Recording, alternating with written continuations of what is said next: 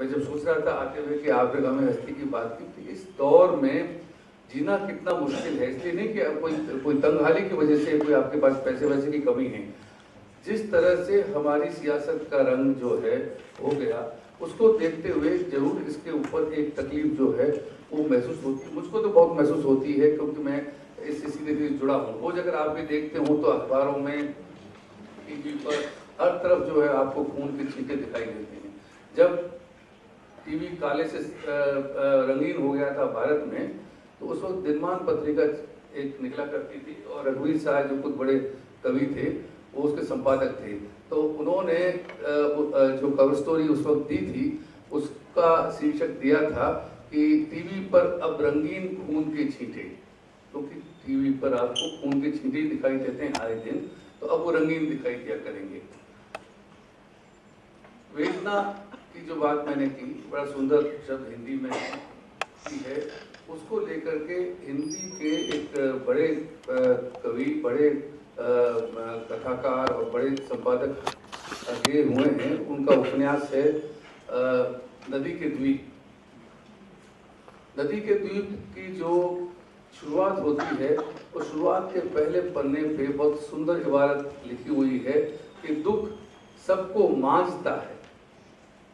ठीक ठीक जो पंक्ति है, दुख सबको मांझता है, और चाहे स्वयं सबको मुक्ति देना वह न जाने, किंतु जिनको मांझता है उन्हें यह सीख देता है कि सबको मुक्त रखें। तो दुख जो है वो अपने आप में कोई नकारात्मक चीज नहीं है। दुख कोई वैल्यू भी नहीं है। आप मतलब वेदना को या दुख को अर्जित करने के लिए जतन नहीं करते हैं। सुख के लिए करते होंगे, खुशी के लिए जरूर करते होंगे, लेकिन दुख और सुख, मैं ये मानता हूं कि जैसे अंधेरे और उजाले को आप अलग नहीं कर सकते हैं, क्योंकि अंधेरा अपने आप में अंधेरा होकर के भी कोई बहुत नकारात्मक मूल्य नहीं कहा जा सकता, क्योंकि उजाले की ओर लेके जाता है। तो दुख भी जीवन में कोई इस तरह की चीज नहीं है। ये मैंने आपको जरूर कहा कि तात्कालिक तौर पे जो चीजें हमको तकलीफ देती हैं, हमको सालती हैं, वो तो जो जरूर हमारी गंभीर हस्ती के सामने एक बड़ी चुनौती के रूप में उभर के आती हैं। लेकिन दुख जो है उसको ये मेरा जो मैंने आगे के हवाले से जो बात कही, वो ये कि उसको बहुत नकारात्मक अंदाज में भी नहीं, बल्कि शायद तो कहेंगे कि बगैर दुख के, बगैर वेदना के जो है वो रचना मुमकिन ही नहीं है।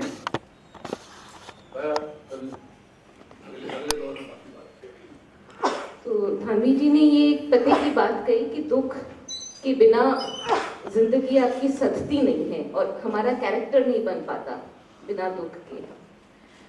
कदम जी कश्मीर से आए हैं, द वैली ऑफ टीयर्स, और ये अब बात करेंगे कि जो pain, how pain is essential but also beautiful.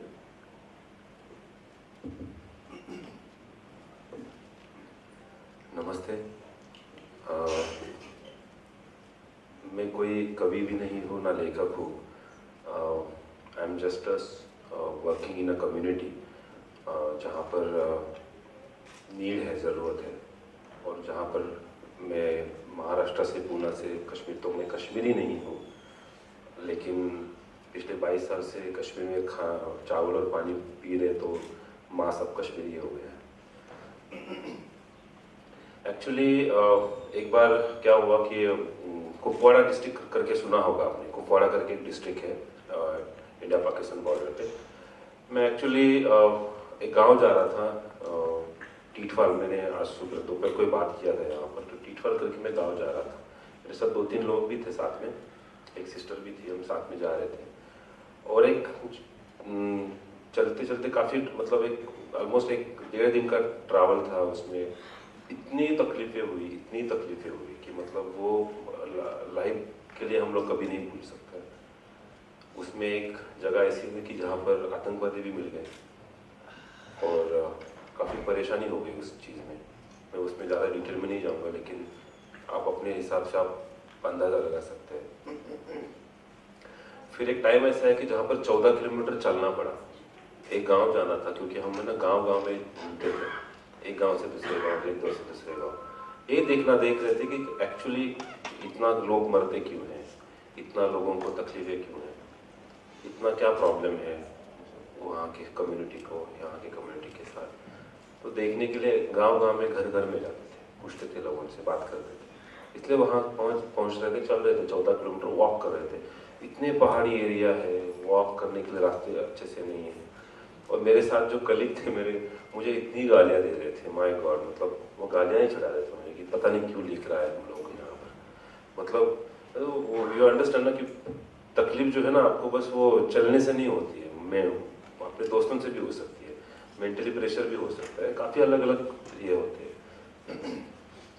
पहुँचने के बाद हमने ना वहाँ पर एक नदी देखी, उसका नाम है किशनगंगा। किशनगंगा रिवर थी और कुछ ढोल ताशा आवाज़ चल रहे थे, तो पता चला कि वहाँ पर शादी का माहौल है। फिर बाद में पता चला कि वो शादी उस गांव की नहीं है, दूसरे गांव की है, लेकिन वो गांव पाकिस्तान में है और उधर से दिख रहा है वो गांव, और उस गांव के और इस गांव के बीच में जो रिवर है उसको किशनगंगा बोलते हैं, वो लोग उधर उसी नदी को नीलम रिवर बोलते हैं। लंबा मतलब 6-7 दिन रहे वहाँ पर, वहाँ की शादी भी अटेंड की।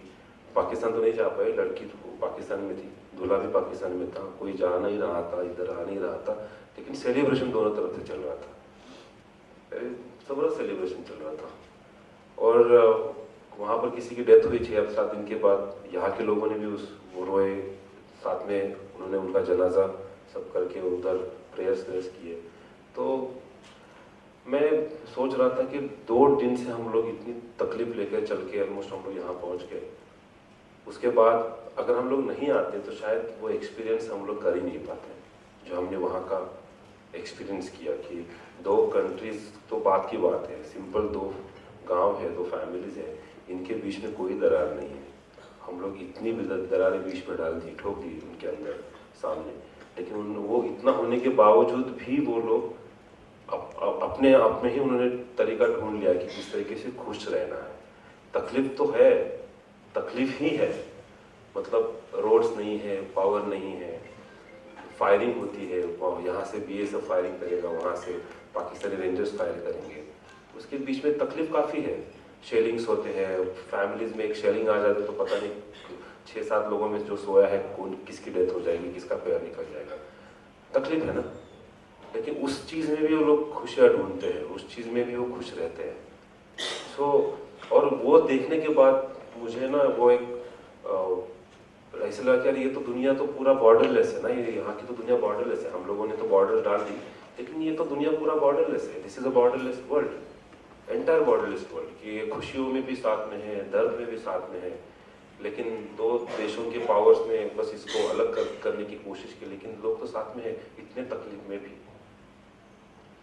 तो बॉर्डरलेस वर्ल्ड करके जो नाम है ना हमारे ट्रस्ट का, फाउंडेशन का नाम बॉर्डरलेस वर्ल्ड फाउंडेशन, वहां से आ गया। मैं ये सोचता हूँ कि अगर वो तकलीफ हमने 2 दिन का नहीं लिया होता, वो 6-7 दिन का जो एक्सपीरियंस अगर नहीं किया होता, तो शायद वो जो स्पिरिचुअल कॉन्सेप्ट जो है बॉर्डरलेस वर्ल्ड, किसी मास्टर ने बाद में, गुरु ने बोला, हिमालय में तो काफ़ी गुरु है, तो किसी ने बोला दिस इज अधिक, उन्होंने कहा एक स्पिरिचुअल कॉन्सेप्ट है। तो अगर वो तकलीफ ही नहीं लेते हम लोग, तो शायद वो स्पिरिचुअल कॉन्सेप्ट तो शायद हम लोग पहुँच ही नहीं पाते, उसको हम एक्सपीरियंस नहीं कर पाते। सो मुझे हमेशा लगता है, हमेशा मैंने ये एक्सपीरियंस किया है, स्पेशली इन कश्मीर। एक बार क्या हुआ कि सर्वे करते करते, काफ़ी सर्वे कर रहे थे आई ऑलवेज, मतलब 97 से 2001 2002 तक 6-7 साल काफ़ी रिसर्च सर्वे किया है। इवन जब करगिल वॉर चल रहा था 6-7 महीने I was working in Kargil, Dras पटाल, एक मशहूर 26,000 फैमिलीज माइग्रेट हुई थी, उनके लिए काम कर रहे थे। तो ऐसे गांव में घूमते थे। एक गांव से हम लोग बांडीपुरा के बीच में एक गांव है, तो हम जा रहे थे, जाते जाते 6-7 गांव हमने रिसर्च करते करते गए, एंड हमको लगा कि अब शाम बहुत ज़्यादा हुई है, रात को जिनके पास रुके थे कल उनके पास ही जाकर रहते हैं। तो हम लोगों ने वापस, हमारे पास बाइक थी, तो मेरे साथ दीदी थी मेरी, तो हम लोग बाइक करते करते वापस आ रहे थे। शाम का 6, साढ़े 6, 7 का टाइम था, और बिल्कुल सामने ऐसे देखा कि बड़े लंबे फिरन डाल के 7-8 लोग शायद मिनिमम होंगे, दूर से लगा, लेकिन जब पास में देखा तो और भी थे, 12-13 लोग थे। AK-47 था उनके साथ में, और 40, मेरे गाड़ी का स्पीड 40 से ज़्यादा नहीं था क्योंकि रोड इतना अच्छा नहीं था। तो मैं हैरान हो गया, मैंने दीदी को बोला कि शायद हम आज गए, तो उसने भी बोला कि हाँ शायद आज हम गए।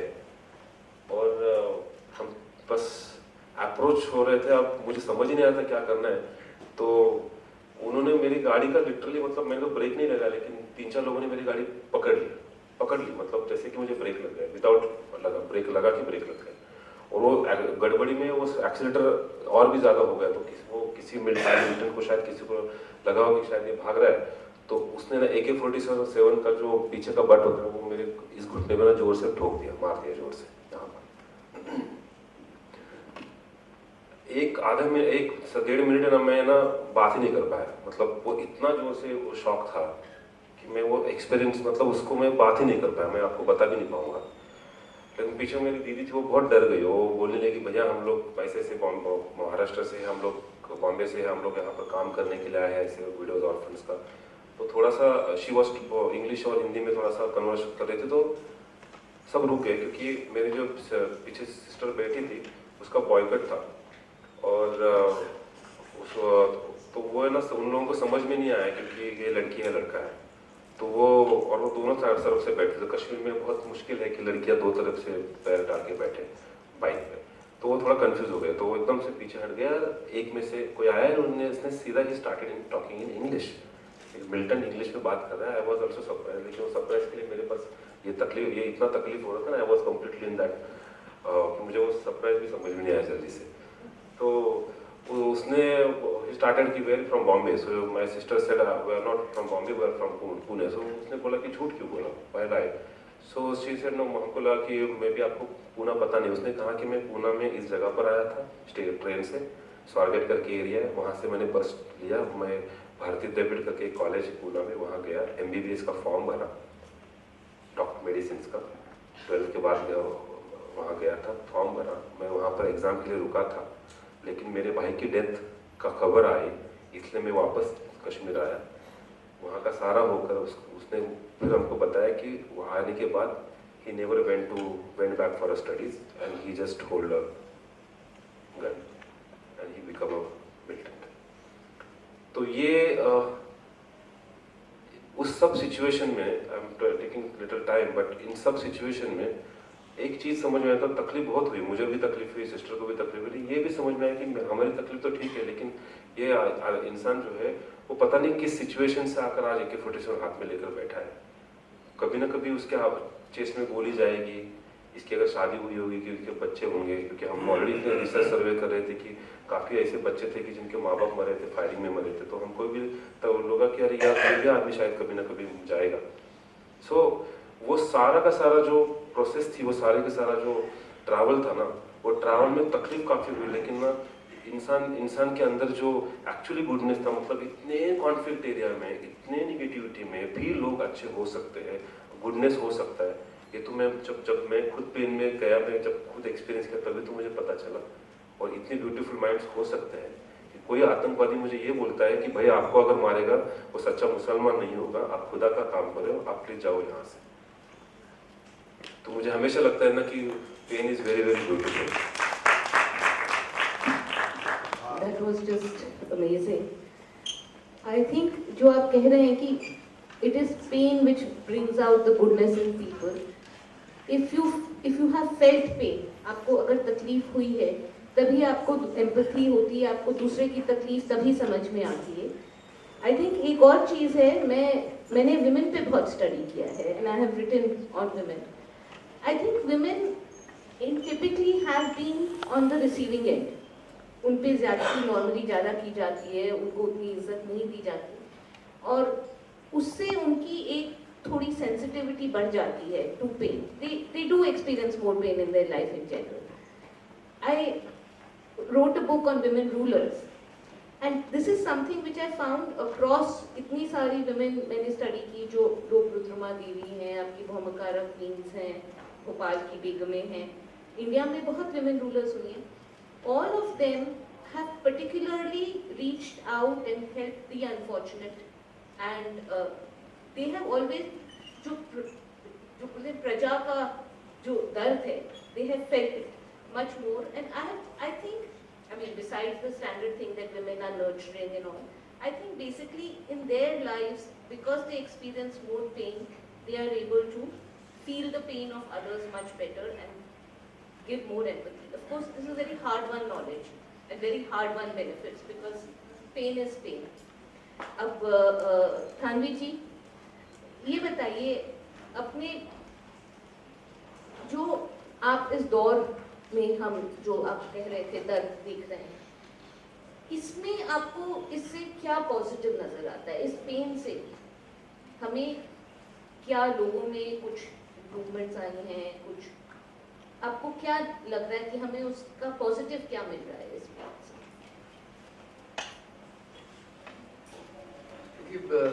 कदम साहब ने बहुत ही और अपने तजुर्बे से, अपने अनुभव से जो बात कही, और मुझे भी उससे मेरी समझ पड़ी कि ये भी एक तकलीफ की छाया जो है वो किस तरीके से पॉजिटिव रंग रखती है। पर मैंने जो बात कही थी वो इस अर्थ में कि मतलब जो जिस दौर में हम लोग जीते हैं ये मतलब बहुत ही तकलीफ देह हो गया है, और उसकी घुटन इतनी ज़्यादा है देख करके कि समाज में लोग बोलते नहीं हैं। हम लोग वैसे भी जो हिंदुस्तानी है वो बर्दाश्त बहुत करते हैं, बहुत मतलब एक बर्दाश्त करने वाली कौम के रूप में जाने जाते हैं।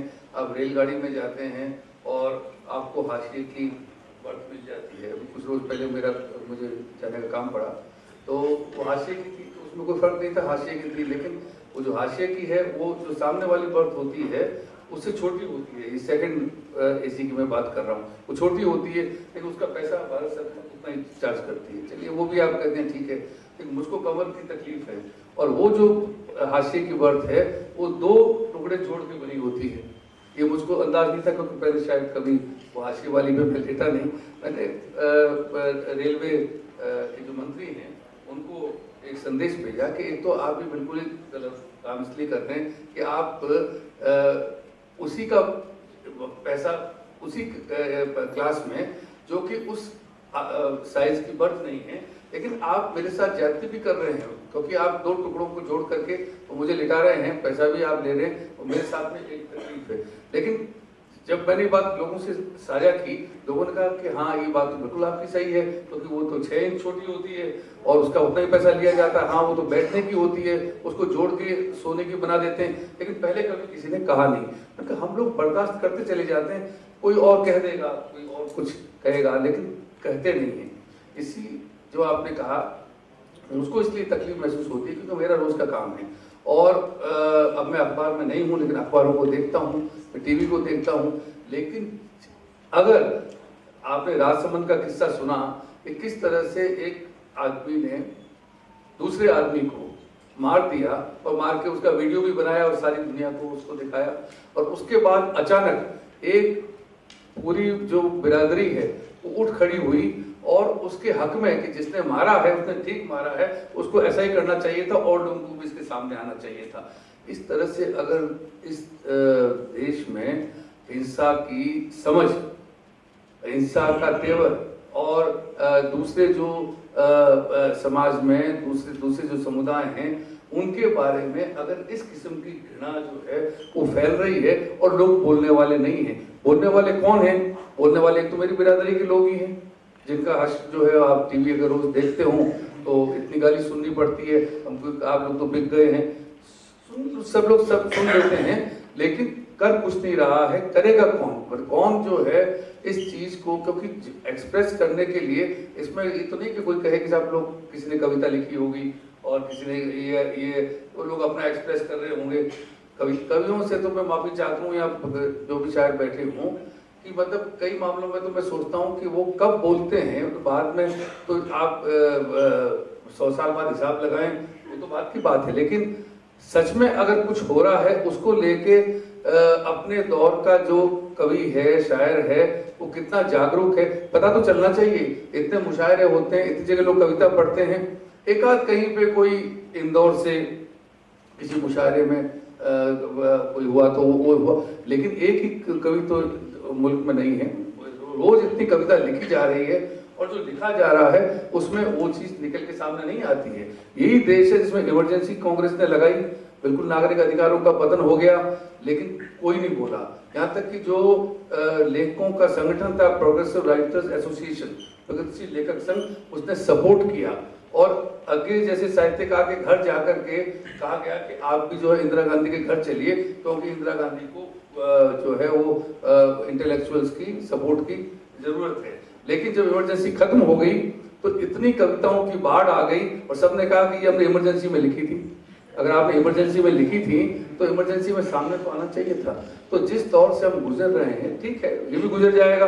बहुत सी जो ताकतें हैं, जैसे गांधी जी कहते थे कि जब जब आदताई ताकतें दुनिया में आई तब हमेशा लगा कि जीत उनकी होगी, पर इतिहास ने ये साबित किया कि अंततः उनकी हार हुई।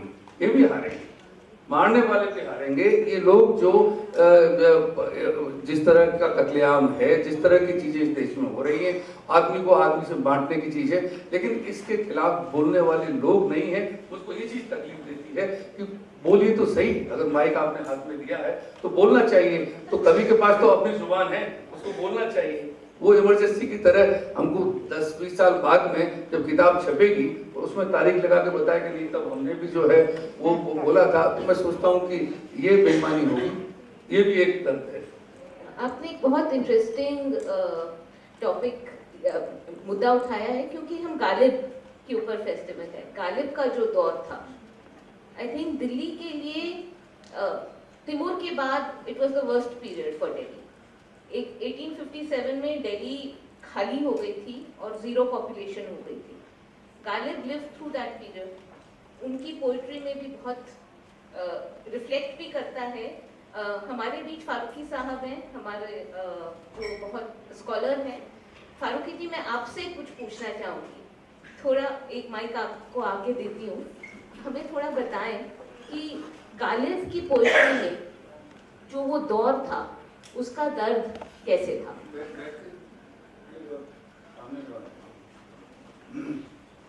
अब तक तो जितनी बात हो रही थी वो तो कुछ और तरह से जा रही थी। वैसे मैं उससे जो कहानी का मैं मुतफिक हूँ, लेकिन ये कि वो एक दूसरी बहस बिल्कुल है। गालिब के ज़माने में ऐसी बहस थी नहीं कि हम रोज़ के हालात को बयान करें, रिपोर्ट लिखें, उसकी बताएं कि हमको क्या होना चाहिए। और गालिब एक बात ये भी, उस ज़माने में तो सबको सबसिस्टेंस की पड़ी कि अंग्रेज़ इस तरह से लूट रहे थे और लूट चुके थे कि अब तो सर्वाइव करना ही मुश्किल मालूम हो रहा था। प्रोटेस्ट तो बहुत बात की बात है। तो गालिब ने वैसे एक छोटी सी पोएम लिखी थी उस ज़माने में, जो कि उन्होंने छपवाई नहीं की, क्योंकि छपवाएंगे तो मैं आपको बात बताया था। तो मैंने अकबर इलाहाबादी जो गवर्नमेंट सर्जन थे, जज थे ब्रिटिश गवर्नमेंट में, और बड़ा उनका असर था, बहुत बड़े शायर भी थे, और खासकर बैंक के और पॉलिटिकल बैंक के बहुत बड़े शायर, सबसे बड़े शायर थे। और गांधी जी के साथ थे, वो दिल से साथ थे गांधी जी। उनकी बहुत सी पोएम्स गांधी जी के बारे में, वो तो बहुत मशहूर है। जो उन्होंने कहा था कि साहब वो मदफूल है, और मदफूला कहते हैं ऐसी औरत को जिसको किसी ने डाल दिया अपने घर में। प्लीज सुन लें तो एनीवे, मदफूला उस ऐसी औरत को कहते हैं जो किसी ने अपने घर में डाली है, तो मदफूला कहता है। मदफूला एक माने लेटर होते हैं जो बड़ा हुआ जो अंदर दाखिल है, कहते हैं मदफूल है गवर्नमेंट अकबर अगर ना होता उसको भी आप पाते गांधी की गोपियों में। तो इस सब उन्होंने कहा जरूर। एक बार उनसे किसी ने कहा कि अकबर साहब आप शायरी बारे में इतना बहुत कुछ कह देते हैं, आप सामने क्यों नहीं आते, मैदान में क्यों नहीं आते? तो उन्होंने कहा मुझे जेल जाने से डर लगता है, जेल न जाऊँगा मैं। वही शायर बेचारे को जेल तो कहा डालते हो, तुमको जिस तरह चाहे कहेगा। तो गालिब ने देखो ना कि उन्होंने पोएम लिखी है, कोई बहुत स्ट्रॉन्ग पोएम नहीं है, लेकिन उन्होंने पोएम लिखी और ये कहा कि यहाँ तो बिल्कुल अब आदमी का पिता पानी हो जाता है, हर अंग्रेज सिपाही अपने को बिल्कुल बादशाह से बढ़ के समझता है, यहाँ इस घर से उधर का खबर नहीं जाती, कोई मर जाए तो नहीं सकता। 4-5 लाइन उन्होंने लिखा, सर्कुलेट तमाम हो गई, इसलिए कि इतने बड़े शायर थे, जाने वाले बहुत थे, लेकिन छपवाया नहीं उन्होंने। वो पोएम छपी है उनके मरने के बाद, जो दीवान छपा उसमें वो पोएम लिखी। खतों में उन्होंने खासकर रामपुर के खत जो हैं, जो अभी डिस्क्लोज नहीं किए गए हैं, उन्होंने एक खत में लिखा, मैंने खुद देखा रामपुर के लाइब्रेरी में, अपने उनके बेटन थे नवाब, उन्होंने लिखा कि बहुत सी बातें कहने की हैं, लेकिन कहने से डरता हूँ, नहीं कहना चाहता उनको कहूँ। फिर भी जो उन्होंने जो दिल्ली का जो उन्होंने नौका रोया है, अच्छा अब ये समझिए क्या उसमें वो इम्पीरियलिज्म के खिलाफ कुछ कह रहे थे, साम्राज्य के खिलाफ कुछ कह रहे थे? तो मैं नहीं मानूंगा इस बात, क्योंकि मैंने कहा ना कि वो उस वक्त का इस तरह का कोई जिंदगी में कोई लिटरेरी प्रिंसिपल इस तरह का था ही नहीं कि मौके से कोई बात हो तो हम लोग उसको कहें। और उसके बारे में फिर हम उसको जो एक तरीका पहले उनके पहले ज़माने में था, वो भी ये नहीं था कि हम किसी स्पेसिफिक इवेंट को लेकर के उसके सिद्धांत पर बात करें कि इंपीरियलिज्म अच्छी है कि बुरी है, और अगर अच्छी बुरी है तो क्यों बुरी है, इस तरह की दुनिया कुछ भी नहीं था, तो वो हम नहीं मानते। लेकिन हमारी बात ये है कि हम गालिब से किसी भी शायर से ये क्यों उम्मीद करते हैं जब उससे ज़्यादा जो लोगों को काम बोलना है, माफ कीजिएगा आपने खुद ये बात कही, इसलिए दोहरा रहा हूँ कि आप तो मीडिया में हैं, आपका तो काम ही बोलना है, आप लोग नहीं बोल रहे तो हम बेचारे कहाँ से बोलेंगे। आप बताइए कि जिनको तो आप खुद देख रहे हैं कि माफ कीजिएगा टीवी इस वक्त क्या हालत है, आप देख रहे हैं अखबारों में इतना दुख अखबार छोड़ दीजिए और क्या हालत आप देख रहे हैं। मैं अंग्रेजी की बात कर रहा हूँ, उर्दू की हिंदी की तो उर्दू पढ़ता हूँ लेकिन उर्दू पढ़ने में काबिल नहीं होती, इतनी ख़राब उर्दू होती है, और हिंदी में ज़्यादा पढ़ नहीं जाता है, इसलिए हिंदी वाली नहीं है। तो मतलब कि मेरा मतलब ये शायर का कोई ये कोई उसका मर्तबा थोड़ी है कि वो बैठ करके हर इवेंट के बारे में कोई लिखे। क्या बात अब ये जो जो जो रियाकारी हिपोक्रेसी हमारे यहाँ की जो अभी हुकूम खानवी ने कही, मैं मानता हूँ कि लोग उस पर तो चुप रहे, हमारे राइटर लोग जब उसके बहुत दिन बाद उन्होंने पोएम निकाली और कहानी निकाली और कहा कि साहब देखिए ये हमने उस पर लिखी। ठीक है भाई, अब क्या किया जाए, ये तो एक लिटरेरी ट्रेडिशन की बात है कि लिटरेरी आपका क्या चाहता है, आपसे आपकी ट्रेडिशन क्या चाहती है। लेकिन अगर मान लीजिए गालिब ने लिखा भी होता तो क्या कर लेते, जिन्होंने लिखा जिन्होंने अभी से फजल खैराबादी के बारे में कहा था कि वो अगर सही माने में अरिस्टोटल के माइंड का कुछ था उस ज़माने में तो फजल खैराबादी थे। इतने लर्नेड आदमी थे, इतने इन्फ्लुएंशियल आदमी थे, उनको जेल भेज दिया और काला पानी भेज दिया। अब उनके बेटे ने पहले भी बहुत की साहब ये वो पर लिहाज नहीं है जिसको आपने पकड़ा है वो तो पकड़ो पर, लेकिन वो उनको छुड़ा नहीं पाए और बहुत रोज वो करके 10 साल बाद जब छुड़ाया उन्होंने तो जिस दिन छूटने की खबर आई उस दिन वो मर चुके थे, उनकी खबर वही है। तो जब मैं वहाँ गया अंडमान निकोबार पोर्ट ब्लेयर गया, पता लगा किसी को मालूम नहीं कि फजल खैराबादी कहाँ गए। तो भाई प्रोटेस्ट करने से मुझे क्या मिल गया, प्रोटेस्ट करूँ तो मुझे इससे क्या मिल जाए। तो राइटर से एक्सपेक्ट करना मैं समझता हूँ हाँ, अगर मैं कौम की अगुवाई करने खड़ा हो जाऊँ और न बोलूँ तो तब तो मैं यकीनन गद्दार हो पाऊँगा, लेकिन शायर का काम ही नहीं होता अगुवाई करना। शायर तो देख देख करके सोच सोच के लिखता है जो उसके लिखना होता है। जिस चीज़ को आपने कहा जो अभी हमारे अभी सदन ने भी बात कही, दर्द की जो बात है, तो शायर का हमारे यहाँ जो कम से कम हमारे उर्दू फारसी में, मैं समझता हूँ बड़ी हद तक संस्कृत में भी होगा तो इतना मैं जानता हूँ उसके बारे में कि हालांकि संस्कृत में ज़्यादा जोर लिटरेरी पावर पे है कि आप अपनी बात को किस तरह कह रहे हैं, हंसा रहे हैं तो कितना हंसा रहे हैं, रुला रहे हैं तो कितना रुला रहे हैं। लेकिन ये कि ये जो एक और चीज़ है जो हमारे यहाँ दर्दमंदी है, उसको बयान करने के लिए आपको छोटी स्टोरी सुनाता हूँ मैं। ये आपकी दिल्ली में ही बिल्कुल दूर नहीं, पचपन रोड के पास ही में, आपको अगर अंदर हो जाए उनका मज़ार है। वो अमीर के ज़माने में थे, बहुत बड़े मुसलमान सूफी थे। तो सैयद हसन साहब के बारे में कहते हैं उनकी मिरेकल जो कहियाब ये था कि वो दुआ करते थे कि वो फिर उस आदमी जिसकी दुआ करते थे उसको प्रॉफिट की शक्ल ख्वाब में दिखाई दे, तो 2000 रुपये ले लेते। अब सोचिए कि 1750 1760 में 2000 रुपये कितने होते हैं, लेकिन 2000 रुपये ले लेते हैं कि 2000 रुपये दे दो, मैं दुआ करूँगा तुम्हारे लिए, तो रात में प्रॉफिट को ख्वाब में नजर आ जाए। खैर वो लोग दिया करते थे, पाते थे ये चीज़। एक दिन उनकी बीवी ने उनसे कहा कि बोली जी आप यहाँ पर कुछ दिखाया करते हैं, प्रॉफिट की शक्ल दिखाया करते हैं, हमें क्या दिखाया, हम तो आपकी बीवी हैं, फिर 2000 रुपये लाओ। उन्होंने कहा बिल्कुल तुम जानते हो तुम्हारे मेरे घर में पूरी बॉडी नहीं है, मुझे तो कल का खाना भी नहीं मिल रहा कि कब मिलना है कब नहीं मिलना है। फिर अच्छा ऐसा करो, लेकर आओ वाले कपड़े पहनो, लाल जोड़ा पहनो, कमीज छोटी करो, मिर्ची लगाओ, हक्का लगाओ, बन के बैठो, आखिर प्रॉफिट तो देने जा रही हो ना। खैर वो बात चले गए अपना, वो तो कभी कभी करना शाम भर में हर जगह बैठी हुई है, भाई भी बड़ा घूंघट वूंघट निकाले हुए, लाल कपड़ा पहने हुए। अच्छा बुढ़ी बुढ़ी लाल लगा, अब आपको ख्याल आया बनने समझने का। अब इसको दोनों गुस्सा आया कि धोखा दिया हमको हमारे शोहर ने, रोने लगे, इतना रोई कि उनको टूबे हो गए। तो जब उठी तो हंसने लगी, तो उन्होंने कहा बीवी क्या बात, उनका आप न दिखाते होंगे, हमने देख लिया, हमने ख्वाब में उनको देख लिया, हमने कहा बस आप। तो कहने की बात की है कि 2000 रुपये लेता हूँ मैं, क्या खा जाता हूँ, नहीं मुझे तो मार देते हो। कहीं इसलिए लेता हूँ मैं कि देने वाले के दिल में कुछ दर्द तो पैदा हो, ये रुपया दे रहा हूँ क्या मालूम बोल भी ये खा जाए, किसी को दे क्या करे पता नहीं, एक रुपये क्या मालूम। तो मेरे पास उत्तर देने को है तेरे दिल में दर्द मैंने पैदा किया, जो रो, जिसको बहुत बाद में ऑस्कर वाइल्ड ने कहते हैं where there is sorrow there is holy ground. इसको मीर ने इसको शेर ऐसे लिखा है कि वो शेर पढ़ लेता हूँ मैं, बजेता शेर वो भी कि जैसे हम लोग होते हैं कि मुँह बना लिया लंबा बहुत, अरे साहब क्या कहे साहब बहुत दुखी ज़माना बड़ा था, तो वो कहते हैं कि हमें मजमून खातिर में न दिल में दर्द क्या हासिल, न तो तुमको कविता का बहुत कुछ दर्द है कि जो तुम कहना चाहते हो नहीं कह पाते हो, ये तुमने कहने को आते हाथ में आते आते भाग गए। शहरी ने कहा था ना कि वी आर कॉन्शियस ऑफ इवनेसेंट विजिटेशंस, कि आता है कोई भाग जाता है, शहरी शायरी को गम नहीं आती, तो तुझे यार तो वो भी गम नहीं है कि तेरी शायरी कहाँ गई, तो क्या लिखे, न दिल में दर्द क्या हासिल हुआ, कागज नमक वो रंग तेरा जर्द, कागज जमाने में हैंडमेड पेपर तो आप ही जानते हैं रंग होता है, तो तुम्हारा रंग अगर कागज की तरफ पीला पड़ेगा तो हुआ उसे क्या, या तो तुम्हें शेर कहने के लिए वो दर्द हो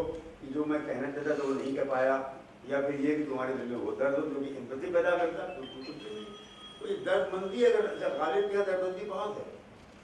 गालिब का कमाल ये कि एक तो खैर वो इतने बड़े शायर हैं कि उनके बारे में किसी एक सिटिंग में या किसी एक जगह बैठ करके वो हम बात नहीं कर सकते, लेकिन उन लोगों का एसेंस ये था, ये ज़रूरी नहीं है कि वो इस बात को कहें कि साहब 57 में दिल्ली पे क्या बीती, उन्होंने खतों में लिखा भी, जैसा मैंने आपसे अर्ज कर बताया था मैंने, और जैसा मैंने आपसे कहा कि रामपुर में उन्होंने बहुत बातें और भी लिखी हैं, और जैसा लेकिन ये कि इंसानियत का पूरा दर्द, जब उसमें जो दर्द उनके जो 2-3 दर्द उनके बहुत बढ़ गए थे, जो तो खत में लिखा है कि यार क्या करें, दिल तो ये चाहता है कि एक लोटा उठाऊँ और एक डंडा हो और एक सुतली से बांध लूँ मैं दरी को, जहाँ जाऊँ तहाँ निकल जाऊँ, कभी इजाज निकल गया, कभी इराक निकल गया, कभी कहीं निकल गया, वो मुझसे हो नहीं सकता। और न इतना पैसा है कि जिस शहर में रहूँ उसमें कोई भूखा न रहे, कोई नंगा न रहे, वो भी नहीं कर सकता, तो मुझे क्या वजह है क्यों बनाया। तो ये उनका दर्द था, बड़े बड़े दर्द उनके थे। एक दर्द उनका ये था कि आदमी इतना मजबूर क्यों है, आदमी जो कुछ उससे जो करना चाहता है, कुछ ऐसे लोग होते हैं कि साहब वो उस करने के काबिल नहीं होते, हम चाहते हैं कि हम बन जाएँ शेक्सपियर या गालिब या मीर कालिदास, नहीं बन सकते, लेकिन ये कि अगर हम बन सकते लेकिन तुम मुझे बनने नहीं दे रहे हो, इसके बारे में बताओ। लेकिन अब ये नहीं, देखिए आज के शायर जो होंगे इसको खुल बोलते हैं, सफा बोलते हैं कि मैं होना चाहता था और मुझे होना चाहिए था लेकिन नहीं बना। अब आपको एक चीज़ सुनाता हूँ, बड़ा मसला है, मुश्किल है समझाता हूँ, मतलब कहते हैं कि ये हमारे एक बहुत कॉमन थीम है फारसी उर्दू में, रोने की बहुत थी, और रोने में ये है कि आंसू कभी कभी निकलता नहीं है, या निकलता है तो दिल में रह जाता है, या खून का बदरा बन के रह जाता है, आँख में झंडा, तमाम तरह की थीम है। एक मैं आपको चीज़ सुनाता हूँ गालिब के, तो दोनों जवानी में कही था। कहते हैं कि सरिश्के सर्ब सहरा दादा नूरुल आइंदे दामन है, जिस आंसू ने ये नियत की थी कि मैं जंगल तक बहता हुआ निकल जाऊँ, उस मेरे दामन का बच्चा बन के रह गया। सरिश्के सर्ब सहरा दादा नूरुल आइंदे दामन है, और दिले बेदस्त पा उफ्तादा बरखुरदार बिस्तर, और मेरा दिल जिसके हाथ नहीं, जिसके पाँव नहीं, बिस्तर पर लेटा हुआ, वहाँ बिस्तर का प्यारा बन गया। तो ये क्या इसमें है, इसमें ये भी है ना कि मुझे तो फिरदौसी होना था जिसमें बताता है ड्यूटी गया, सुन लो, सरिश्के सर्ब सहरा दादा नूरुल आइने दामन है, वो आंसू जिसने कि जंगल की तरफ जाने की नियत की थी, वो अटक करके मेरे दामन में रह गया है, उसका बेटा बन, उसका बच्चा बन गया, वही उसके गोद में रह गया। दिले पे दस्तुपा उफ्तादा बरखुरदार बिस्तर है, और ये मेरा दिल मेरा जिसके ना हाथ है ना पैर है, ये जो चौंचाल होता है, जो हंसी को मरता, जो बाहर जाके शेर सुना तुम लोगों को, वो बिस्तर पे पड़ा हुआ है, वो वहाँ उसी की रोटी खा रहा है। जो इसको जबान की रोटी देखिए अब कहने हो तो ये एक तरह से गाय बात है कि ये शेर तो बेसिकली अनरीचिंग का शेर है कि हम कर नहीं सके तो करना चाहते हैं। लेकिन मजाक की बात देखिए कि दादा ग्रैंडफादर वो बच्चा है, लेकिन उसमें लग जाती है दादा की, ग्रैंडफादर के माने में जो आता है। तो इसके सर्कस है दादा नूरुल ऐन दामन, नूरुल ऐन कहते हैं आँख की रोशनी, तो आंसू में आपकी रोशनी है और प्यारे बच्चे को भी आपकी रोशनी करती है। तो अब देखिए दादा अगर लग रहा है कि उसमें किसी और मानी में है, लेकिन ये कोई हिंट दे रहा है कि ग्रैंडफादर में कुछ होता है, बच्चा भी कुछ नहीं होता। और दिले पे दस्तों पाँव होता था, बरखुरदार बिस्तर है, बरखुरदार को हम लोग कहते हैं अपनी बेटी को कहूँगा बरखुरदार, आप छोटी मेरे साथ कहते हो बरखुरदार कैसी हो तुम, यानी जो ताकि तुम मेरा फायदा उठाओ, मुझसे कुछ हासिल करो। और उसके बाद ये बोलते हैं फल खाने वाला, तो बेटा लेटे हुए अपना आराम से फल खा रहे हैं, किसी काबिल नहीं है। तो देखिए ये भी है कि वो उस तरह का वर्ड प्ले भी है। आज लोग अरे ये क्या हो रहा है, ये वर्ड प्ले क्यों हो रहा है? तो कमाल देखो ना कि कैसी बड़ी थीम ला रहा है और उस थीम को कितना हंस बोल के बयान कर रहा है। अब उसमें एक एंगल वो डाल रहा है कि तुम्हारे अच्छे से लोग नहीं, उसको वहाँ तक तुम लोग पहुँचोगे भी नहीं होता, करना तो बड़ी बात। तो गालिब की अनलीशिंग असल में ये थी। दूसरी अनलीशिंग ये थी कि जो वो कहना चाहते हैं वो पूरा कह नहीं सकते। अच्छा देखिए, ये आप समझ लीजिए कि हुसैन आपको जानते हैं, आप ही जानती होंगी, मैं किसी का नाम ले नहीं कर रहा। सारी लिटरेरी ट्रेडिशन में हिंदुस्तान में खास करके और जगह भी पोएट के बारे में कहा जाता है कि वो जो चाहे वो कह देता है। उसको इतनी पावर होती है, उसको शब्दों में इतना कमांड होता है, उसको इस तरह से वर्ड्स मालूम होते हैं कि जहाँ चाहे अरेंज करके वो पूरा कह सकता है। शेक्सपियर की कौन जिन लोगों ने पढ़ी है, उसने पढ़ी होगी सॉनेट, देखो तो क्या क्या कहता हो। हमारे यहाँ के लोगों ने, जिनको कि फारसी के इंडियन स्टाइल के पोएट कहा जाता है, उनके यहाँ बिल्कुल नई थीम है कि हम जो कहना चाहते हैं वो नहीं कह सकते। और आगे चल के बेटे तो यहाँ तक कहते हैं कि चुप रहो सबसे अच्छा है, बोलने की जरूरत क्या है। सुनाता है शेख बिदल में आपको, वो कहते हैं कि सुखन अगर हमा मानीस नीस बेगमो बेशी, अगर जो कह रहे हो तुम, जो तुम्हारी पोइट्री है, अगर जो पूरी मीनिंग है, टोटली मीनिंग है, जो कुछ कह रहे हो पूरा कंटेंट उसका मीनिंगफुल है, फिर भी उसमें कम बेश कर सकते हो। सुखन अगर हमा मानीस नीस बेगमो बेशी, कुछ भी तुम्हारा फुल कंटेंट तुम्हारी पोइट्री भरा हुआ बिल्कुल है, फिर भी एक आध लफ्ज तो कहीं न कर सकते हो। इबारतें खामोशी की इंतखाब न आ रहा है। खामोशी वो टेक्स्ट है इसमें कोई सिलेक्शन नहीं होता, समझ रहे हो ना? कितना ही बड़ा वर्ड लिखोगे तुम, शेक्सपियर के सॉनेट क्यों लिख दोगे तुम, लेकिन उसमें से एक आध वर्ड निकाल सकते हो। खामोशी से कुछ नहीं निकल सकता, वो पूरा कंप्लीट है। ये एपोथियोसिस है साइलेंस, लेकिन साइलेंस एक्चुअली है क्या? ये न कह सकने की कि ये ट्रेजेडी है कि हम कह नहीं सकते। ये गालिब के बहुत बेहतर है, फारसी में मिलता, उर्दू मिलता, कहाँ सुना आपने? ये उनकी दूसरी फेरी है, दूसरी अनरीचिंग। मैं कहता 3 तरह की अनरीचिंग उनकी मिलती है। एक तो ये कि जो हम बनना चाहते थे वो हम नहीं बन सके दुनिया में, जिसका एक एस्पेक्ट होगा जो आपने कल सुना कि बादशाह क्या हो, विक्टोरिया के खत लिख रहे हैं कि हमको पोएट बागियन बना दो। वो बेचारी कह जाते हो बड़े को शुरा कौन होते, शायरी क्या होती, एक वो एक था। लेकिन उसका बड़ा जो एस्पेक्ट हो ये जो खत में लिखते हैं कि यार क्या करें, मैं तो बहुत ये चाहिए था कि मेरे कंधे पे एक डंडा होता, हाथ में एक लोटा होता, एक दरी बांध के मैं बिस्तर पर रख लेता, बिस्तर बना करके जहाँ चलता, या ये ना होता तो फिर जहाँ मैं रहूँ वहाँ कोई भूखा नंगा न रहे। और मैं सबसे ज़्यादा बुरा हूँ उस शहर में जहाँ मेरी तमन्ना ये थी कि भूखा नंगा कोई न रहे, सबसे ज़्यादा दलील को मखलूक उन्होंने लिखा। तो ये तो पहली अनरीचिंग। दूसरी अनरीचिंग ये कि जो हमारे अंदर जो दर्द है दिल का, वो इतना परफेक्ट नहीं हो सका अभी कि अब हम उसको दुनिया के सामने जब लाएँ तो दुनिया मान जाए कि हाँ ये है।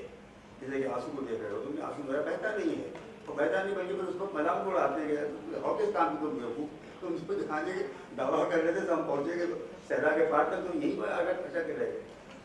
और तीसरी अनरीचिंग ये है कि जो मैं कहना चाहता हूँ वो पूरी तरह कह, और इस पर एक शेर बसा के जो मैंने बहुत जगह पे बाद में कोर्ट के पास में शेर है वो सुनना पसंद करता हूँ। गया बुरे गरीजा बहुत जबान आने, अगर कहीं पर जबानों का जानने वाला, लैंग्वेज का जानने वाला कोई हो तो उसको बता दो।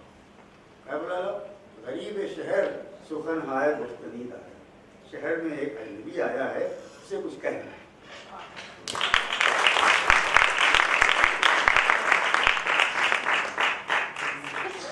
बहुत बहुत शुक्रिया फारूकी साहब। मैं सोचता हूँ कि यहाँ जो लोग बैठे हैं बड़े खुशनसीब हैं कि उन्होंने आपको बोलते हुए, और बोलते हुए क्या बल्कि बात करते हुए सुना।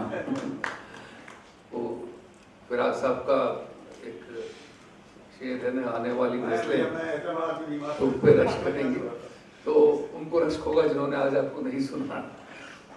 लेकिन एक चीज़ से मैं थोड़ा सा आपसे इससे इत्तेफाक रखते हुए भी कि ये वैसे शायर का काम नहीं है कि वो बिल्कुल जो रोज़ के मुद्दे चीज़ें हैं उन पर लिखे और खिलाफ ही लिखे, ये भी जरूरी नहीं है।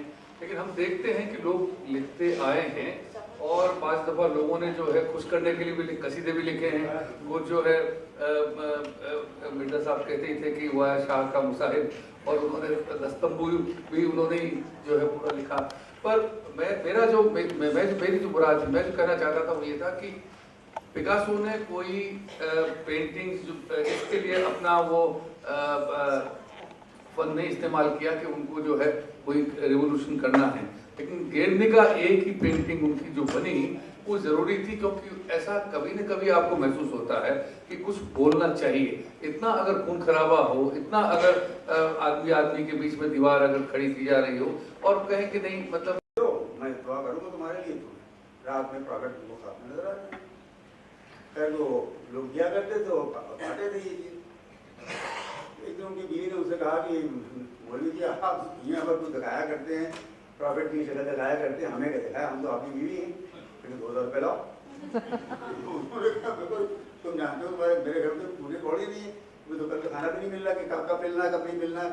फिर अच्छा ऐसा करो, निकाह वाले कपड़े पहनो, लाल जोड़ा पहनो, कमीज छोटी करो, मिस्टी लगाओ, काजल लगाओ, बन के बैठो, आगे प्रॉफिट तो देने जा रही हो ना।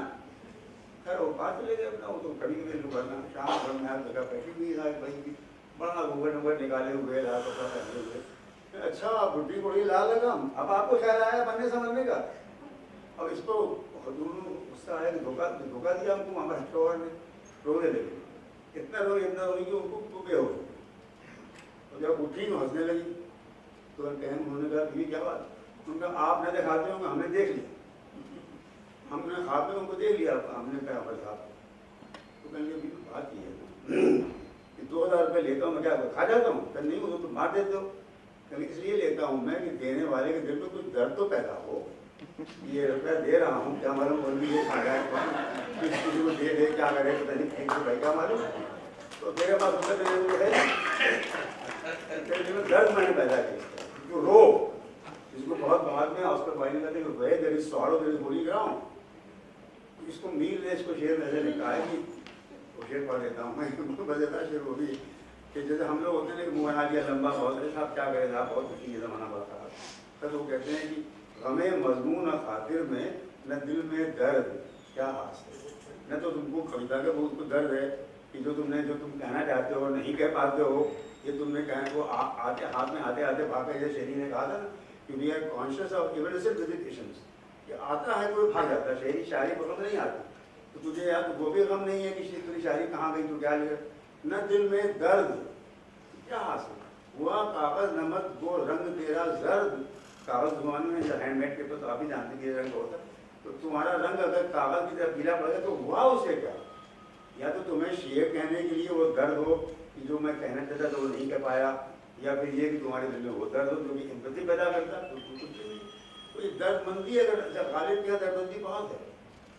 गालिब का कमाल ये कि एक तो खैर वो इतने बड़े शायर हैं उनके बारे में किसी एक सिटिंग में या किसी एक जगह बैठ करके वो हम बात नहीं कर सकते, लेकिन उन लोगों का एसेंस ये था, ये ज़रूरी नहीं है कि वो इस बात को कहें कि आप 57 में दिल्ली में क्या बीती, उन्होंने खतों में लिखा भी, जब मैंने आपसे अर्ज कर बताया था मैंने, और जैसा मैंने आपसे कहा कि रामपुर में उन्होंने बहुत बातें और भी लिखी हैं, और लेकिन ये कि इंसानियत का पूरा दर्द, और जब उसमें जो दर्द उनके जो 2-3 दर्द उनके बहुत बढ़ गए थे, जो खत में लिखा है कि यार क्या करें, दिल तो ये चाहता है कि एक लोटा उठाऊँ और एक डंडा हो और एक सुतली से बांध लूँ मैं दरी को, जहाँ जाऊँ तहाँ निकल जाऊँ, कभी इजाज निकल गया, कभी इराक निकल गया, कभी कहीं निकल गया, वो मुझसे हो नहीं सकता।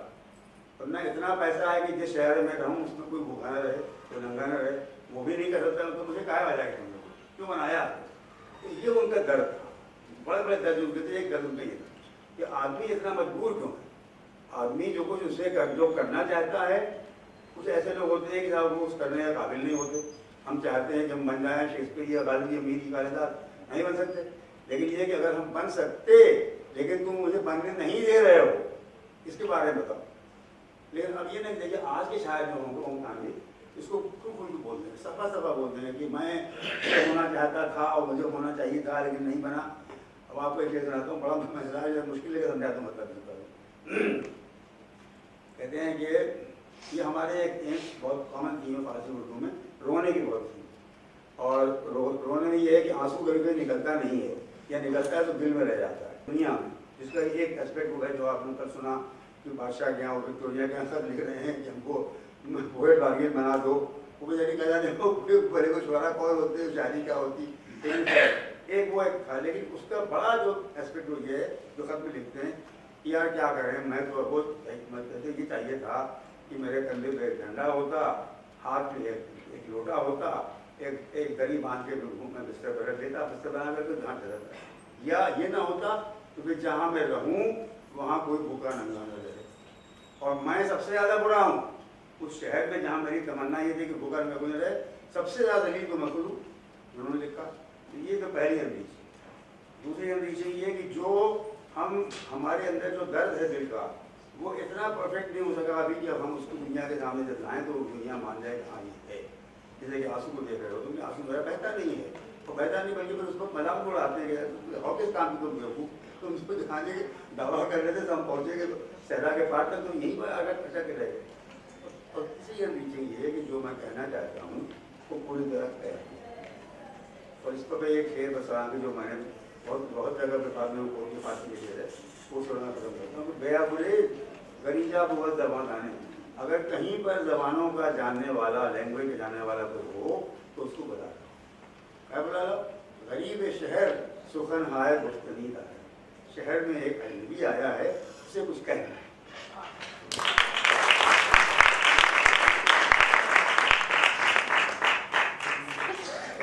बहुत बहुत शुक्रिया फारूकी साहब। मैं सोचता हूँ कि यहाँ जो लोग बैठे हैं बड़े खुशनसीब है कि उन्होंने आपको बोलते हुए, और बोलते हुए क्या बल्कि बात करते हुए सुना। तो फिराज साहब का एक शेर है ना, आने वाली नस्लें तो पे रश्क करेंगे, तो उनको रश्क होगा जिन्होंने आज आपको नहीं सुना। लेकिन एक चीज़ से मैं थोड़ा सा आपसे इससे इत्तेफाक रखते हुए भी कि ये वैसे शायर का काम नहीं है कि वो बिल्कुल जो रोज़ के मुद्दे चीज़ें हैं उन पर लिखे और खिलाफ ही लिखे, ये भी ज़रूरी नहीं है। लेकिन हम देखते हैं कि लोग लिखते आए हैं और पांच दफ़ा लोगों ने जो है खुश करने के लिए भी कसीदे भी लिखे हैं। वो जो है मिर्जा साहब कहते ही थे कि वह शाह का मुसाहिब, और उन्होंने दस्तंबू भी उन्होंने ही जो है पूरा लिखा। पर मेरी जो मुराद थी, मैं जो कहना चाहता था वो ये था कि पिकासो ने कोई पेंटिंग्स जो इसके लिए अपना वो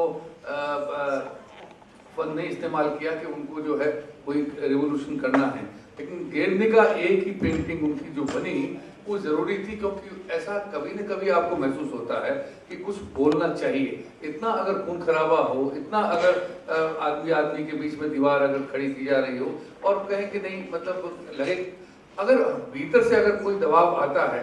एक बार बस मैं खत्म करता हूँ, जो शायर थे रूस के मशहूर रसूल हमजा, तो हिंदुस्तान आए थे, तो उनसे इंटरव्यू करते हुए किसी ने पूछा कि बेंजामिन मोलेसेस को जब फांसी हुई थी तो बहुत ही शायरों ने, खासकर जो लेफ्ट के शायर थे, उन्होंने अपनी जिम्मेदारी समझते हुए हर एक ने जो है अपनी कविता एक दस्तूर कर दिया, कविता लिख दी। उनको पूछा आपने तो नहीं लिखी? उन्होंने कहा कि मैंने उस वक्त एक भाषण दिया था, और उन्होंने कहा कि जब मुझको भाषण देना होता है मैं भाषण देता हूँ, जब मुझको लेख लिखना होता है लेख लिखता हूँ, कविता मैं तभी लिखता हूँ जब कविता लिखनी होती है। ये आपकी बात बिल्कुल सही है कि कविता जो है हर वक्त नहीं फूटती है कवि में, लेकिन किसी भी कवि में कभी भी नहीं फूटती है इतनी हिंसा के बाद, इतनी फिरका परस्ती के बाद। तो ये वही इमरजेंसी के दिन मुझको याद आता है, इसलिए मैंने उसका हवाला दिया कि कोई नहीं बोला, बल्कि वो जाकर के उनके घर जाके खड़े हो गए। तो आप घर जाके खड़े हो सकते हैं तो आपकी कविता में भी तो कभी खड़े हो सकते हैं।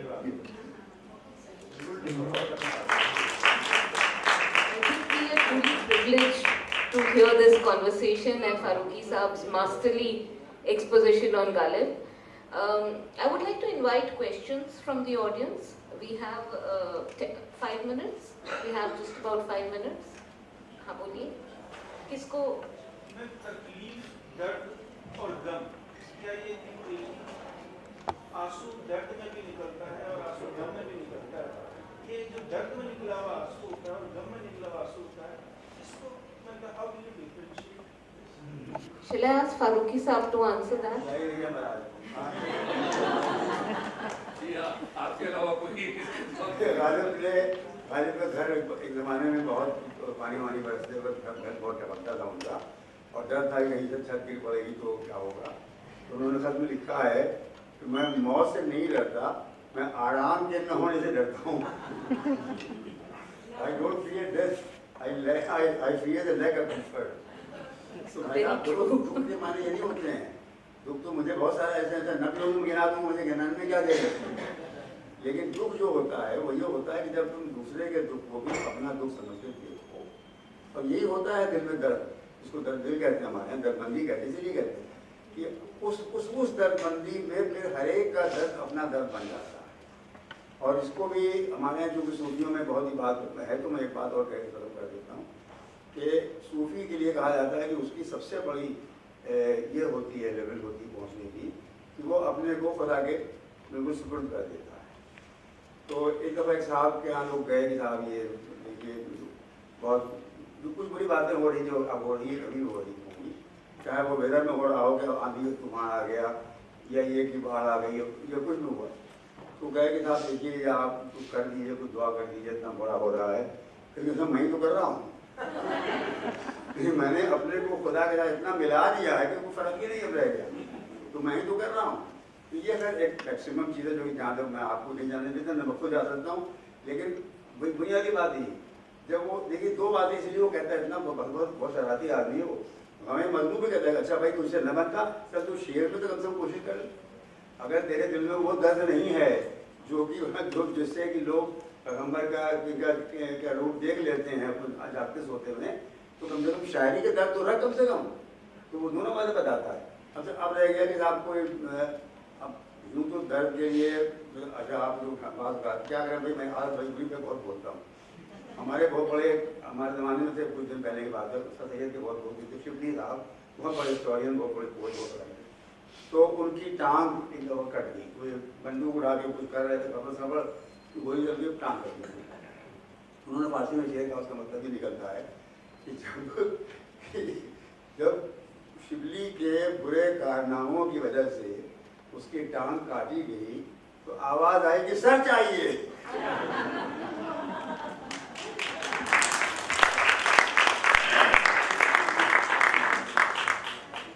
I think our एक बात मैं सवाल है या I just wanted to add to ओम दानी साहब ने जो बात कही कि बुरा हो रहा है तो शायर को उसके ऊपर बात करनी चाहिए, तो हमें लगा कि ये थोड़ी सी जाती ये बात हुई, जाती है शायर के साथ कि भाई शायर से एक्सपेक्ट किया जाए कि वो हर वक्त एक सोशल कमेंट्री, हाँ थोड़ी सी, बिकॉज हम लोग सब जानते हैं कि जैसे कि ऑर्डन ने खुद कहा है कि poetry makes nothing happen, because poetry बजाते खुद एक एक्सरसाइज है जो कि वैलिड है, और वो अगर कुछ करवा रही है या नहीं करवा रही है, I don't think we should really kind of burden it with that kind of an idea. But what I wanted to add was कि शायर के पास को ये पाबंदी क्यों लगाई जाए कि जो करंटली हो रहा है कंटेम्प्रेरी टाइम्स में वो उसी पे लिखे। हो सकता है कि 100 साल पहले कुछ जो हुआ हो, ट्रोइलस एंड क्रेसिडा पे शेक्सपियर ने लिखा, या जूलियस सीजर के साथ ब्रूटस ने जो किया उसको शेक्सपियर ने पता नहीं कितने सदियों के बाद लिखा। तो कभी भी कुछ भी हो रहा है तो शायर उस पर भी तो लिख सकता है। तो इसका मतलब, वरना तो फिर शायर पूरे वक्त अगर सिर्फ कंटेम्प्रेरी टाइम्स में ही कॉट अप रहेगा तो मान लीजिए कोई ऐसे हालात टाइम्स हो जहाँ कुछ हो ही ना रहा हो, जिसमें कि गमे हस्ती महसूस ही ना हो रही हो, तो फिर वो लिखेगा ही नहीं। ऐसी बात नहीं होती है। और दूसरा हम ये भी कहना चाहते हैं कि कि सब अच्छा है या सब बुरा है, ये बहुत सब्जेक्टिव बात है।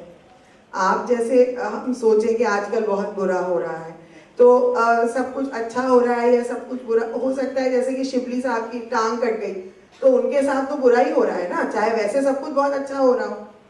तो अच्छा हो रहा है या बुरा हो रहा है इसके बारे में भी शायर तभी बोले जब अच्छा हो रहा हो या बुरा हो रहा हो।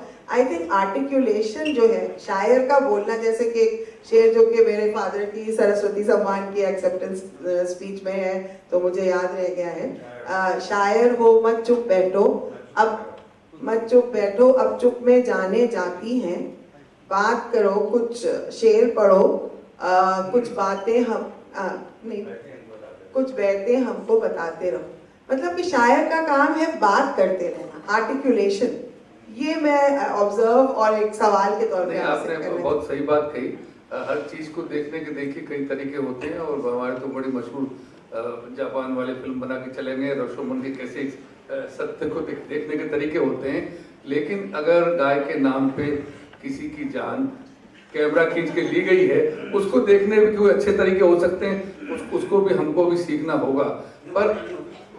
पर आपने ये जो कहा ये बात सही है। मैंने शायद थोड़ी ज्यादती की कि कवि से जो शायर से उम्मीद रखें कि वो, पर उसको अगर तकलीफ है तो कभी उसका अंदाजा हमको लगे किसी और तरीके से भी सामने आना चाहिए, क्योंकि कई जगह बोलते हैं। मैं भी 2 दिन से एक सेमिनार में था, अशोक वाजपेयी जी ने किया था, वहां पे खाली कविता नहीं पढ़ रहे थे, वो और भी तरह से बात कर रहे थे। उस वक्त भी बात सामने, तकलीफ जो है दौर की, या चलो अच्छा भी हो रहा है वो चीज सामने तो आ जाए, आपको खून खराबा हो रहा है, ये अच्छा है और मैं इसको अच्छा मानता हूँ, कोई अच्छा कहते उसको। बात वही हुई ना कि अब आप जैसे किसी चीज को सैक्रिफाइस करके खुद उसी को खा जाते हैं, क्योंकि आप उसकी वर्शिप करते हैं, तभी तो उस चीज की कुर्बानी चढ़ाते हैं। इनका वक्त हो रहा है, पर मैं आपकी बात की तारीफ करते हुए ये कह रहा हूँ कि मान के चलिए कि सारे कवि लिख रहे हैं, क्योंकि एलियट ने कहा था कि कविता जो है वो शब्दों में नहीं होती है, वो शब्दों के बीच के सन्नाटे में होती है। तो सन्नाटे में बहुत कुछ लिखा जा रहा है। आई थिंक कवि की रिस्पॉन्सिबिलिटी थोड़ी इसलिए बढ़ जाती है क्योंकि लोग उसकी बात सुनते हैं, दूसरे हम जो बोले वो कोई सुनने वाला नहीं है, तो कवि के पास माध्यम है, इसलिए थोड़ा उससे हमारी उम्मीद बढ़ जाती है। कदम जी कुछ last closing words. It's a representation community का, जो ऐसे लोग हैं कम्युनिटी में कि जो बात नहीं कर सकते, कवि जो है उसका रिप्रेजेंटेशन करता है। वही जो सन्नाटे की बात जो है वो एक्चुअली समाज में है, वर्ड्स में नहीं है। ये समाज में ऐसे लोग हैं कि जो एक्चुअली एक्सप्रेस ही नहीं कर पाते, वो लीड जो है वो कवि लीड करता है या शायर लीड करता है। Actually pain is very beautiful, that is always I experienced. उसी तरीके उसी बेसिस पे मैं उसी को I try to just close on this. अगर जिंदगी में थोड़ा भी पेन नहीं है तो हमारे पास अवेयरनेस नहीं है। अवेयरनेस को लाने के लिए, लाइफ की अवेयरनेस को, लाइफ को अवेयर रखने के लिए, उसको जिंदा रखने के लिए अगर पेन नहीं है तो लाइफ नहीं है। सो अदरवाइज बहुत बार क्या होता है कि हम प्लेजर में इतना जीने की कोशिश करते हैं लेकिन जी भी नहीं पाते, क्योंकि नेचर का ही लॉ है कि थोड़ा तो हर एक जो अणु बोलो, एटम बोलो, जो भी है वो पेन में रहता ही रहता है। That is a law of nature. So अगर हम लोग लॉ ऑफ नेचर से हम उल्टा नहीं जा सकते, उसको छोड़ नहीं सकते, so we have to live in a pain. Otherwise अगर हम लोग पेन में नहीं रहेंगे तो हम शायद जिंदगी को समझेंगे नहीं, सीखेंगे नहीं। What beautiful closing words. So I would like to thank Hanji ji and Kadam ji and Malvika for organizing such a beautiful program. Thank you. And Farooqi ji in particular, that was लगता था कि कुछ 1-2 घंटे और सुन लें।